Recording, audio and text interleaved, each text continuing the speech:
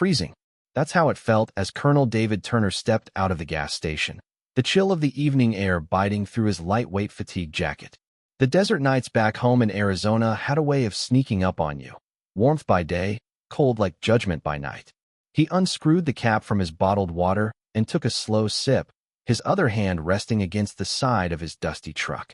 To any casual observer, he looked like just another guy in worn-out military gear.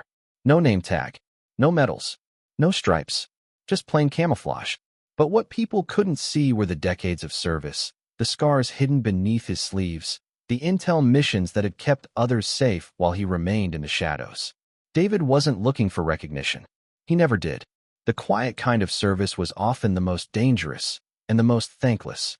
As he turned to open his truck door, the sharp squawk of a police radio preceded the sudden appearance of a black and white cruiser pulling into the lot. A young cop, mid-20s, crisp uniform, full of swagger, stepped out like he was about to bust a robbery in progress. "You can't park here," the officer barked, approaching with fast, clipped steps. "This space is for emergency vehicles or station staff. Didn't you see the sign?" David calmly nodded. "Yes, officer. I'll be gone in just a moment. Just stop to grab some water." But the cop didn't like that answer. "You got an attitude or something?" The officer snapped. "You think wearing camo gives you a free pass?" David turned to face him fully, staying calm. "No attitude, sir. Just on my way home." The tension crackled in the air like a coiled wire. David had seen standoffs in far worse places than this. He could de-escalate a hostile in a war zone with a single stare. But this wasn't a battlefield. This was home, or what was supposed to be home. The officer stepped in closer, one hand inching toward his duty belt. "Where's your rank? Where's your ID? This whole thing looks fake. I think you're playing dress up." David didn't move. His voice didn't rise. He simply raised one hand and tapped his chest where a dull, Velcro patch rested. It read nothing from afar, but up close. "It's right here," David said steadily. "Look closer." By now, a few customers coming and going from the gas station had slowed their steps. A couple pulled out their phones. A teenage boy whispered something to his mother. But David didn't flinch. He had nothing to prove, and yet, in that moment, everything about him demanded respect. What the officer saw next would flip the entire encounter on its head. The officer leaned in, eyes narrowing, reading the patch on David's chest. What he saw made his throat tighten. It wasn't some flashy rank or a combat division name. Instead, stitched in precise military embroidery were the words: Turner, David, U.S. Army Intelligence, Clearance, Top Secret. His gaze flicked back to David's eyes. Calm, unmoving, confident. David didn't smirk. Didn't say, "I told you so." He simply stood, bottle of water still in hand, like a man used to letting the facts do the talking. The young officer blinked, clearly rattled, but not ready to back down. "Anyone could sew a fancy patch," he muttered, attempting to regain control of the situation. "I'm still going to need to see some ID." David gave a small, patient nod. "Of course." With slow, deliberate movement, military slow, the kind that tells everyone there's no threat, he reached inside the chest pocket of his fatigue jacket. A black leather wallet emerged. From it, David slid out a thick, laminated ID card, government-issued, stamped with gold foil, his photo, and a security clearance stripe that glinted under the gas station lights. The young cop took it with both hands. His mouth parted slightly as he read the full details. It wasn't just any military ID. It was a badge reserved for high-ranking operatives in military intelligence, people who moved in silence, whose names were redacted from public reports, whose operations never made the evening news. David Turner wasn't just in the military. He was the military, one of the men who helped shape its most sensitive missions. The officer looked up again, slower this time. I just... Before he could stumble further, another voice called from the gas station doors. "Hey, everything okay out here?" A man in civilian clothes approached. Older, grizzled, maybe mid-40s, but there was something in his walk. Confident, sure-footed. The badge clipped discreetly to his belt confirmed it. He was off-duty law enforcement. But the moment his eyes landed on David, his face lit with recognition. "Wait, Colonel Turner," he said, disbelief and respect mixing in his tone. "Sir? Wow, I didn't even know you were back stateside." David gave him a small nod. The older cop turned to the younger officer, and nearly laughed out loud. Are you seriously questioning Colonel David Turner? This man's a legend. Half the tactical unit in this state was trained off his protocols. Now the younger officer looked like he wanted the asphalt to swallow him whole. I didn't recognize him, sir. David finally spoke again, gently. That's all right. You were doing your job. Just remember, judgment without context can lead to bad decisions. The older officer clapped the younger one's shoulder, then offered his hand to David. Sir, it's an honor. Welcome home. David shook it, firm but not flashy. Thanks. Just here for water, not a parade. And with that, the gas station returned to stillness. Except the weight of what had just happened lingered in the air. The younger officer, face red with embarrassment, shifted on his feet like a rookie who'd just flunked a basic drill. Sorry, sir. I didn't recognize you, he muttered. David didn't blink. He didn't smile or wave it off like some casual misunderstanding. His voice, when it came, was calm, but carried the unmistakable gravity of someone who'd led teams through war zones and diplomatic nightmares. It's not about recognition, David said. It's about respect. A few steps away, the off-duty officer who had come to his defense stood silently, watching the exchange like a sergeant watching a teachable moment unfold. Around them, the atmosphere had shifted. The tension that had once hung heavy was now replaced by something more reflective, more reverent. David continued, not raising his voice, but making sure every word landed. I don't wear stars to make people salute me. I don't need ribbons on my chest to prove where I've been. I earned my place not by demanding attention, but by showing up when it counted. The young officer looked down at his boots.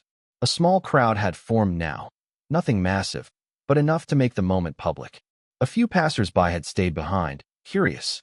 A young woman in scrubs whispered to her boyfriend, "That's the guy. I swear I saw a documentary on him.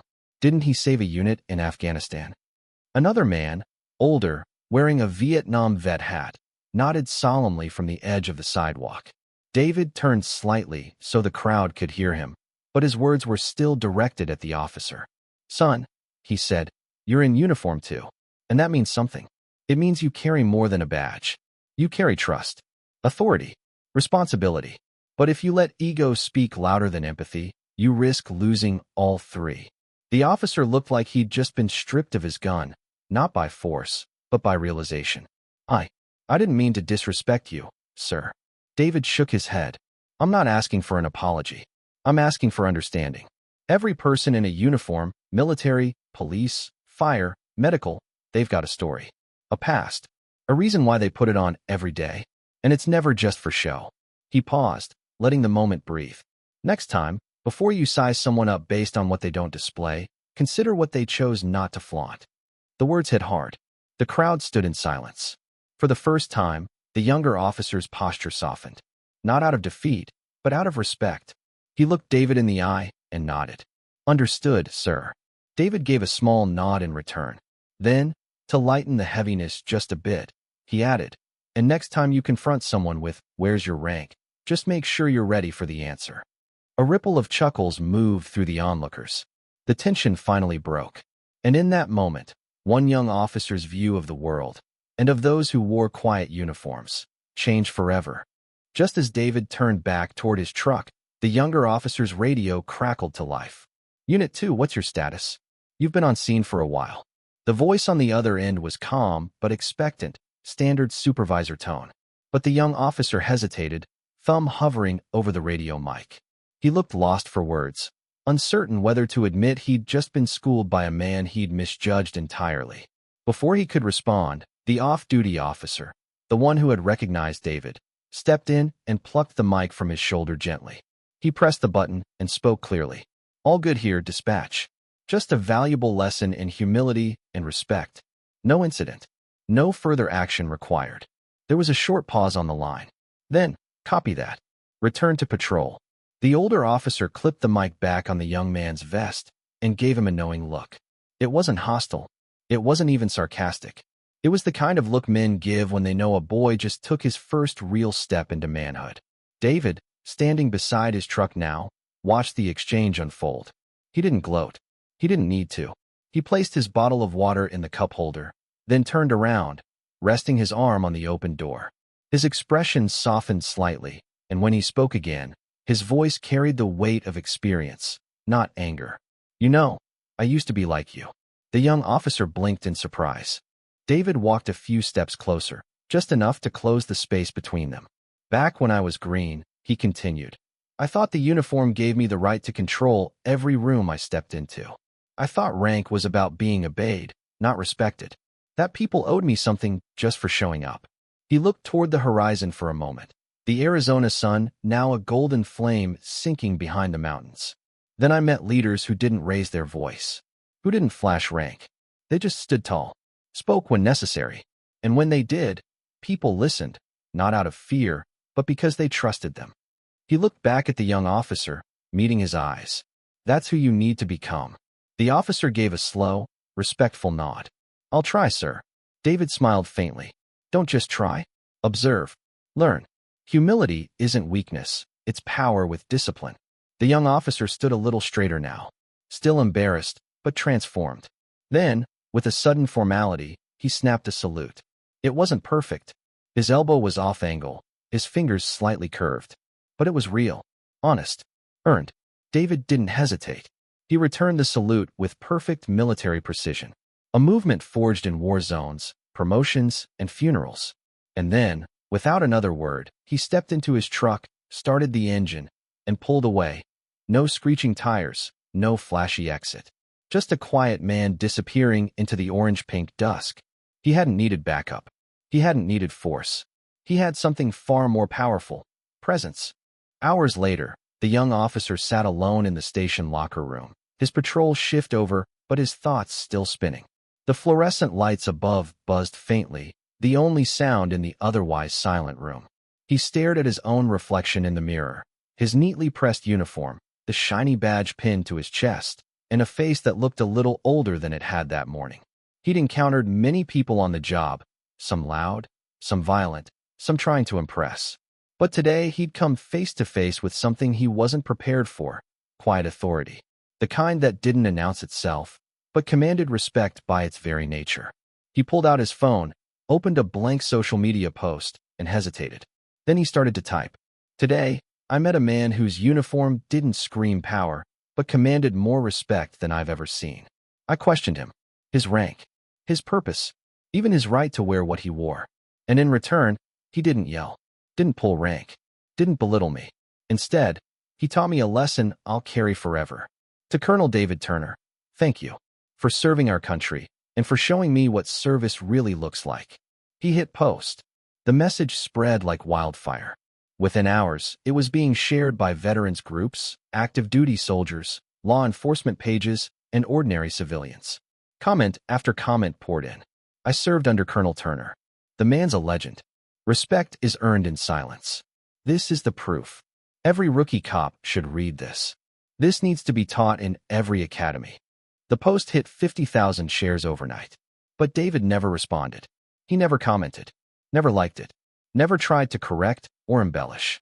Because he didn't need to.